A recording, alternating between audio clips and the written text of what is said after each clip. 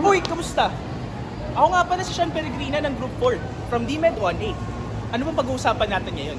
Aba, ang pag-uusapan natin ngayon ay ang pros and cons ng workplace romance. Kaya ano pang hinihintay natin? Tara, kantuhan tayo.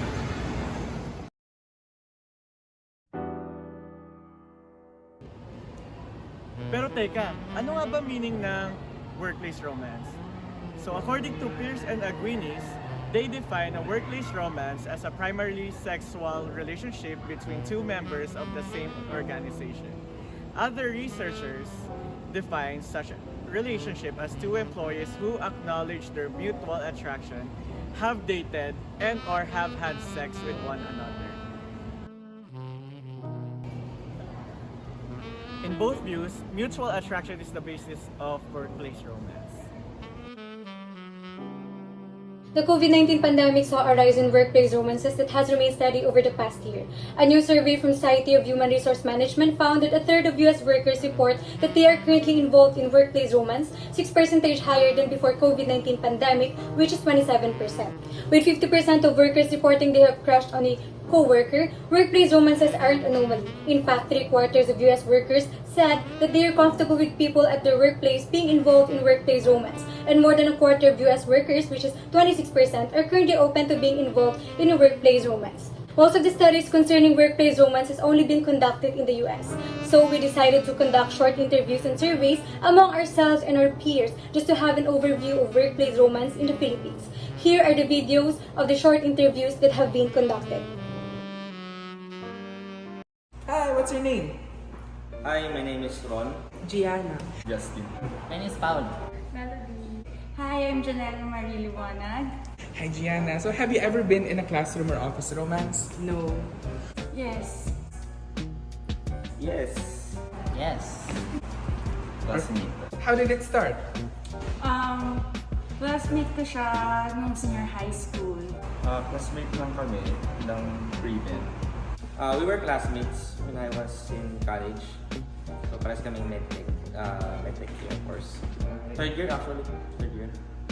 So, nagsimula yun kasi sa surname kasi pareho kaming S. So, nagkatabi kami sa seating arrangement. Then, ayun, nagkaigihan. Have you ever wished to be in a relationship with your classmate? No. So, did you have any doubts before going into the relationship? No, never. Of course. Because it would affect your way of studying. Siyempre sa classroom din, the whole synergy actually will be different kasi iba na yung tingin mo sa classmate mo yun versus sa iba mong classmates. Considering na classmate ko gano'n, wala naman. Nung una, kasi iniisip ko baka maging awkward, tapos parang lahat maging mapapansin kayo, ganon. So, how do you perceive office or classroom romance? Is it positive or negative? Positive. Negative. So, what do you think were the advantages of having your classmate as your partner? Siguro yung common interest na sa like madami na mapag-usapan. Yung advantage ng may kaano sa room, siguro same kayo ng sked, so alam niya lahat ng napagdadaanan mo, tapos nakifeel niya din yung hardship na nararanasan mo, gano'n. Same with the others, yung nakaka-relate sila like sa problems sa class and stress sa school. Advantages is we understand each other kasi ayun, nararanasan namin yung pareho yung nararanasan namin, yung hirap, yung saya, gano'n. May kasabay ka mag-aral. Basta time na together, gano'n. What about the... Una-una syempre kilig factor tsaka inspired ka pumasok. So di ka absent. That's one way. And of course kapag ayun din, bukod sa reason to come to school, at the same time, you would spend time with the significant other habang nasa school ka. What about yung disadvantages or difficulties kung meron? Awkwardness, lalo na if magkaaway. Awkward. Since para sa mga nag-med ngayon, medyo mahirap kasi kapag showbiz na yung jowa, mahirap daw para sa nag-med. So siguro, isa lang yun, wala sa time. Pero okay lang. Disadvantages is syempre minsan since yun nga pareho kayo ng course and etc. Parang minsan hindi nagkaka-agree sa mga ibang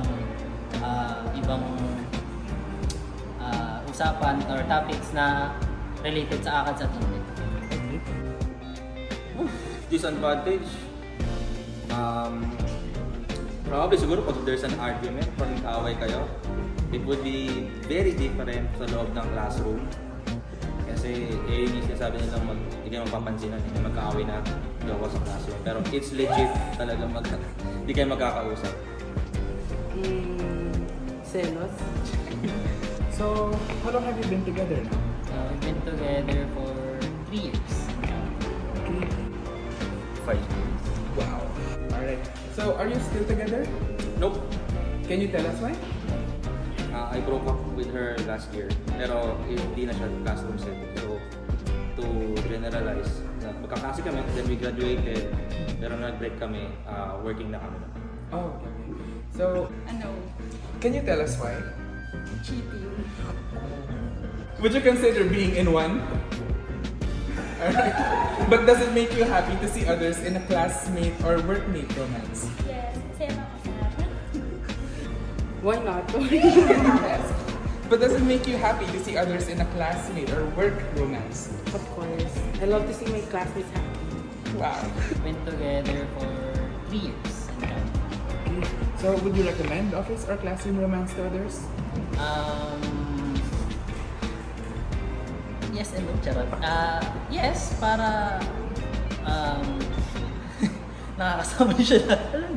Nakakasama lagi and para mas maintindihan niyo rin yung isa't isa.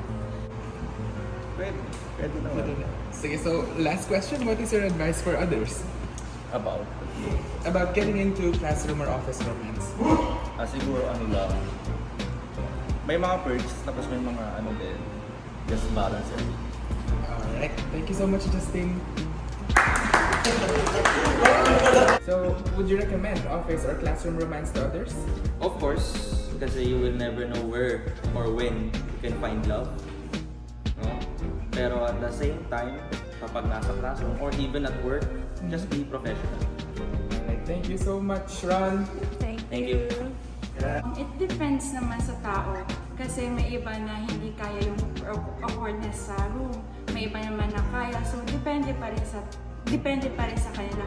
Pero, if do sa mga pipili na magka-romance within the room, sana hindi siya maging hadlang, para maging inspiration siya na sa lahat ng gagawin mo. Yun lang. Alright, thank you so much, Janela. Okay, so last question, what is your advice for others who are planning to get into a office romance? Ang advice ko is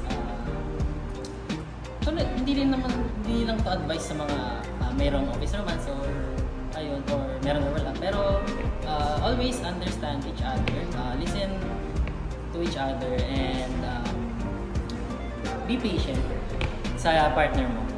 Ayun lang. Thank you so much. Thank you. Stay happy. Thank you, Gian. So do you have anything to say to others who are considering work or classroom romance? Good luck. Thank you, Melody.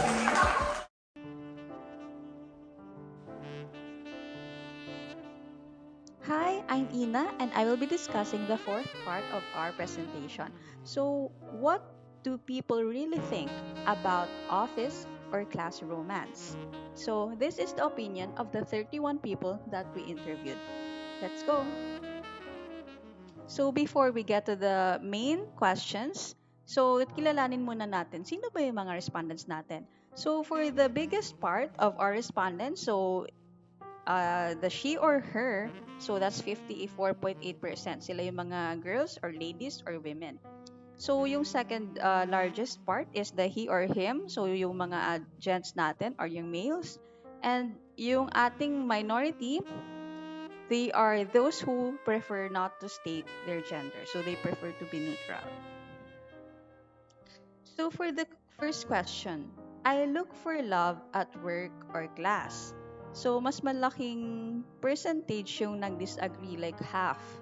So, meron naman tayong sobrang disagree, like 30%. So, the most memorable sentiment was, I don't go looking for love. It just comes and I just fall in love. That's it. I don't plan for it. So, that's very nice because um, I think they are also open to like spontaneous na experiences. And meron namang iba na nag-agree. So that's 20%. So they said love can be anywhere or inspiration. So minsan, so we are always in the class or work setting. So doon na lang tayo maghahanap ng pwede nating maging, love interest.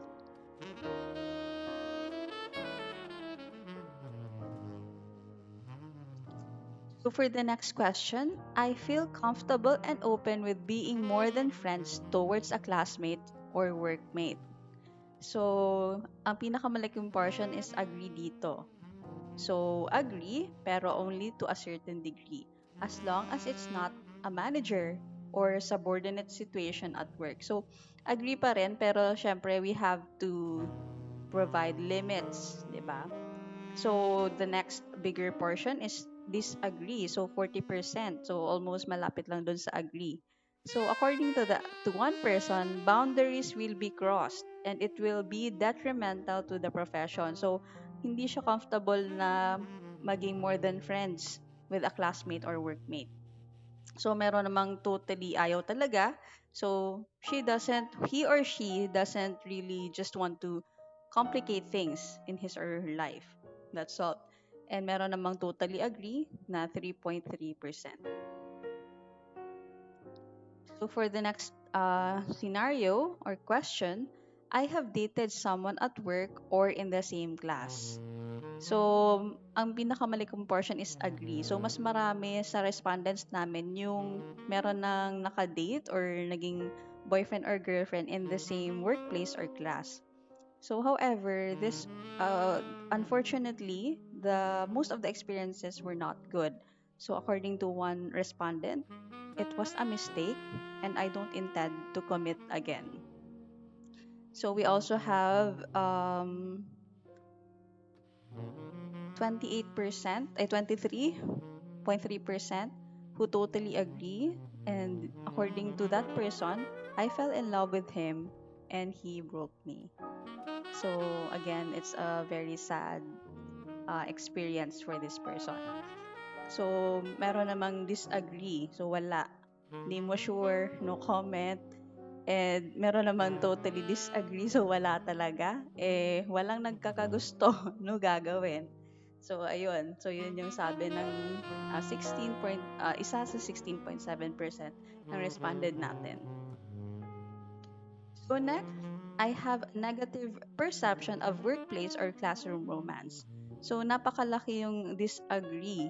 So, 50% because they think it's positive because you never know when or where you can find love. So let's just be, optimistic about it. Hindi mo talaga alam kung ano yung pwedeng mangyari. So let's be open to possibilities according to one of our respondents. So meron namang like agree, like they have a negative perception because they feel awkward about it. So meron namang totally agree na 13.3%. Totally disagree, 13.3%. So love has no boundaries.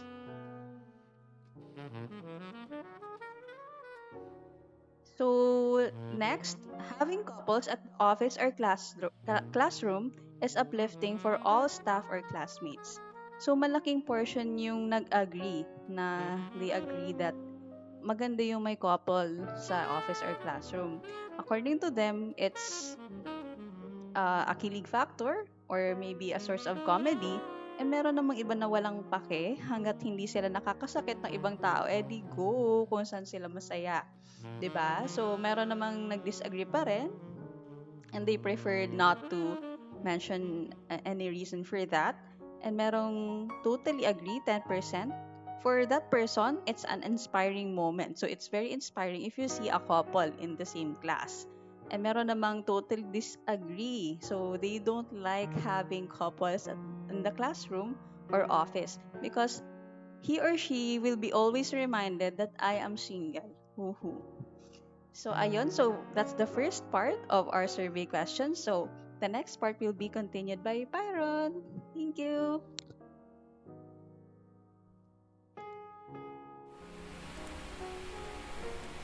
Thank you, Doc Ina. So to continue, let's talk about the next statement, which is one of the employees should transfer or leave when the romance is over.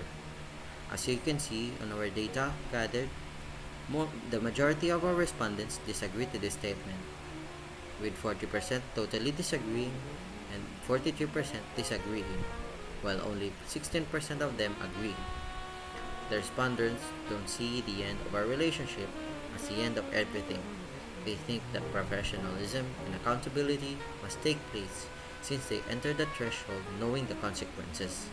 Ending a relationship does not mean that they should leave or change careers, since there is more to life than the ended romance between two people. While most disagree, some still think that the past can really hurt and affect them and the people involved, which is why they still advise that one should leave and start anew, and that it is best for both parties as well as the people around them. This next statement is about I don't mind people knowing about my love life. So as you can see in our data, uh, the majority of our respondents agree to this statement, showing more than half of them, or 53% agreeing, and also 10% of them totally agreeing, while only 26% disagreeing and 10% totally disagreeing. During this statement, they see that sharing about their own relationship with others as something that is okay but limited. They are happy to share what they can and still keep what needs to be kept hidden. They still value privacy and they want the relationship to be theirs and that the others should not interfere with nor overstep on them. Sharing about the relationship is okay but with limitations. This next statement is I don't mind criticisms I get if I engage into a relationship with someone I work with. So as you can see on our graph, also majority of our respondents agree to this statement, with 40% of them agreeing and 26% totally agreeing, while only 26% disagreed and 6% totally disagreed. So as you can see, these criticisms that comes with engaging in a romantic relationship with a workmate or classmate, and it is only up to the couple on how they will handle them. Most of our respondents won't really mind what other people think, and some may even see them as a room for improvement. However, some criticism may be taken negatively and that they bother people from time to time, which is why it is up to them on how they handle it. So this next statement is about I hate giving inside scoops about my love life. So, in this question, most of our respondents agreed, which shows 40% of them agreeing and 23% totally agreeing, and only 32% disagreeing and 3% totally disagreeing. As you can As you can see, they believe that inside schools are private and privileged information about the relationship, and the respondents don't see it as something that they can share to everyone and only to their most trusted and innermost circle. They see that people should not be let into their relationship and it must be settled by the ones in it, since it is theirs and it does not belong to the people around them. And our last statement is about I prefer to have a relationship outside my block. So in this statement, it is a majority of our respondents totally agreeing with 46% and also agreeing with 46%, while only 6% of them disagreeing. So as you can see, our respondents will still prefer a relationship outside their own block or workplace since it makes things less complicated and there would be lesser tension and awkwardness, and that things are less likely to go wrong. They can be more discreet and private, which makes the relationship more intimate, and that there is still the separation of work and personal life, Although it is the consensus, some still disagree, since absence makes the heart grow fonder and will make them miss their beloved.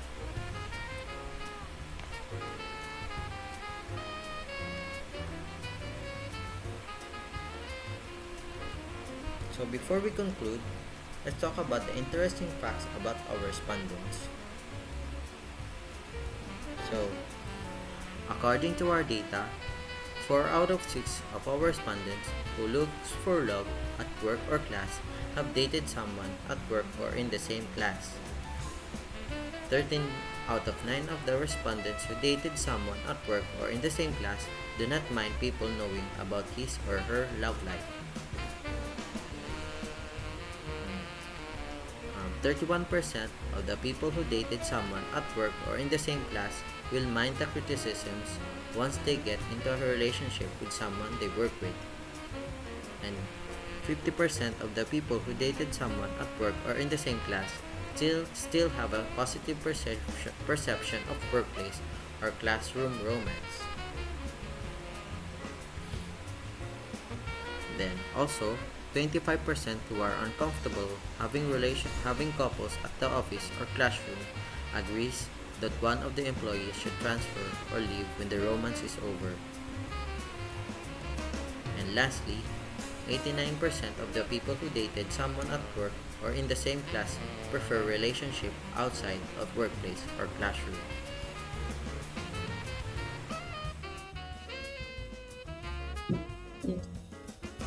Part 5 Conclusion. Dating a colleague has both negative and positive impacts to individual. Workplace or class romance could be a source of either distractions or conflict that may affect productivity. When romance is in the workplace or classroom, employee and classmates might experience gossip, love quarrel, and difficulty in balancing individual and couple expectation. On the contrary, if handled properly, it can be an exciting experience that can inspire an individual in their daily life. For example, office or classroom romance can create a positive work culture that enable them to explore and develop strong relationship to each other that will result in productive ambience.